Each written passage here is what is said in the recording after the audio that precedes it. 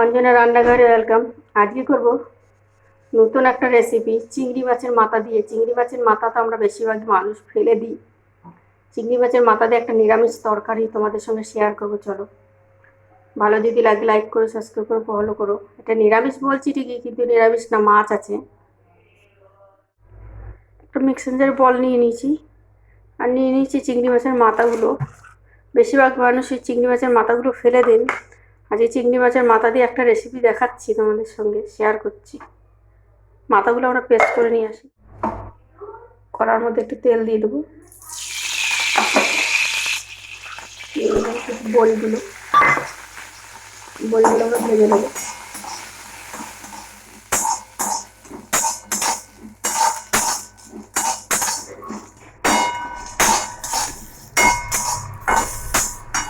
ওদিকে বড়িগুলো ভাজা হতে হতে আমি এটা মিক্সার জারে করে নিয়ে এসেছি। আমরা একটা ছাঁকনির সাহায্যে ছেঁকে নেব। বড়িটা আমাদের ভাজা হয়ে গেছে, তুলে নেব।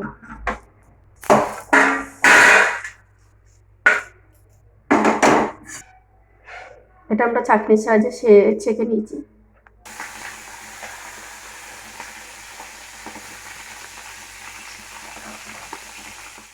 কালো জিরাটা ভেজে এসছে, দিয়ে দেবো বাটাটা। আমরা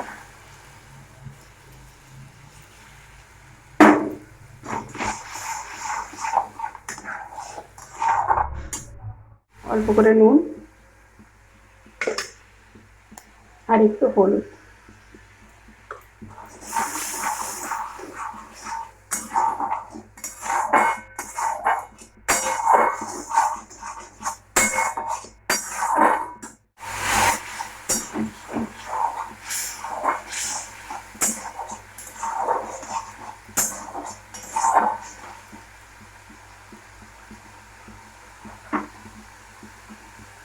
এটার মধ্যে এবার দিয়ে দেবো আদা বাটা, টমেটো আর কাঁচা লঙ্কা।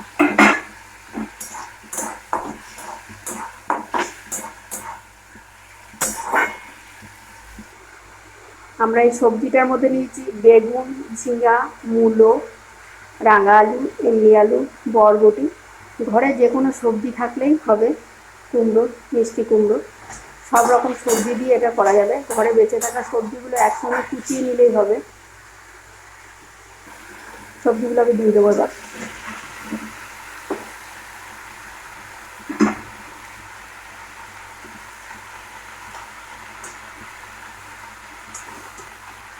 ওই সবজিটার মধ্যে নুন দেবো, দিয়ে দেবো হলুদ। ভালো করে আমাদের এই সবজিগুলো মজিয়ে নিতে হবে।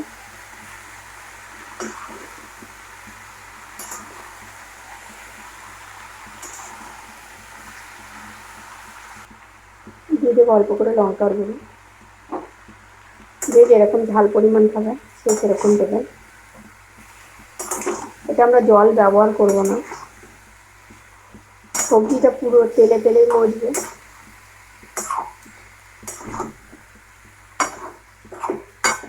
এবার ঢেকে দেবো, ঢেকে দেবো।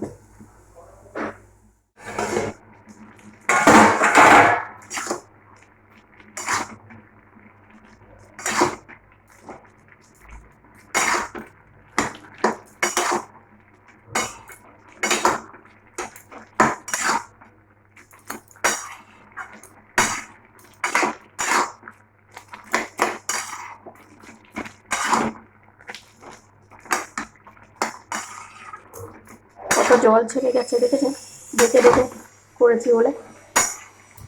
আমরা আরেকটু ঢেকে দেবো যাতে।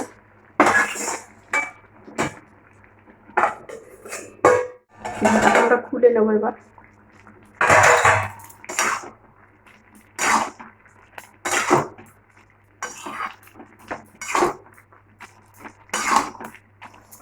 এবার আমরা বড়িগুলো দিয়ে দেবো।